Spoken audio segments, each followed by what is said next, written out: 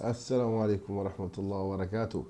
Yau muna so za mu yi magana akan wani karin magana na harshen Hausa wanda ya shahara a ƙasar Hausa, wanda ake amfani da shi shekaru aru-aru wurin kwatanta yaƙi na cikin gida da ake yi tsakanin al'ummomi ko kuma wasu yankuna na ƙasa guda ɗaya, wanda ake kiran shi yaƙin basasa. Menene asalin kalmar basasa?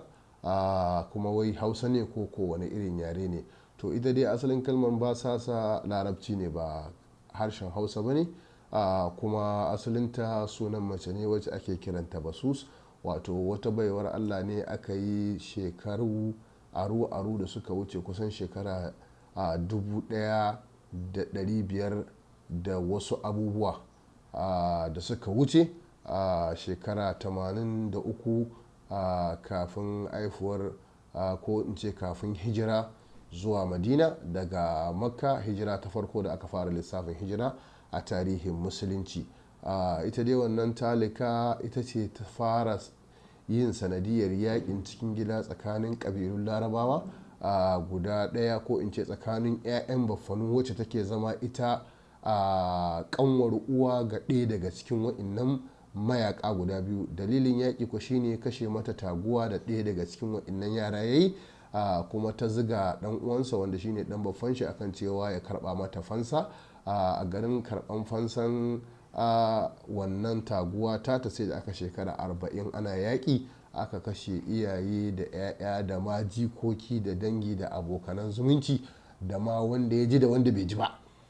To shine bayan shigar musulunci ƙasar Hausa, shine wannan tarihi da ya isa ga masana tarihi na ƙasashen Larabawa da kuma musulunci. Shine sai kamar yadda aka riga aka san Bahaushe, yawancin karin maganarsa yakan samu wani hadasi da ya faru ko wani abu da ya afku, sai ya haɗa karin magana da wannan abu ya rika amfani da shi a zamanin shi na yanzu. To shine sai aka yi ma yaƙin cikin gida laƙabi da sunan yaƙin basasa.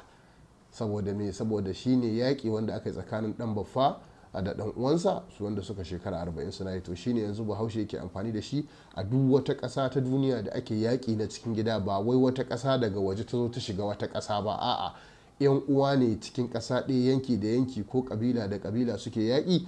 To wannan a harshen Hausa ana kiran shi yaƙin basasa. Kuma a yanzu kalmar basasa asalinta larabci ne, amma yanzu ta hausance saboda ta riga ta zamanto ɗaya daga cikin mashahuran kalmomi na harshen Hausa da Hausawa suke amfani da shi. Kamar yadda aka riga aka sani, harshen larabci ma yakan iya ɗauko wasu kalmomi wanda ba nashi ba ya kuma mai da su nashi. Haka harshen turanci yakan iya ɗauko yarurruka da wanda ba nashi ba ya mai da su nashi. Haka shi ma harshen Hausa yakan iya ɗauko har kalmomi ya mai da su Hausa, kuma su hausance, kuma su zamanto ana amfani da su zama kuma suna cikin ginshiƙin kalmomi na harshen Hausa. Sai kun ji mu a shiri na gaba. Salamu alaikum.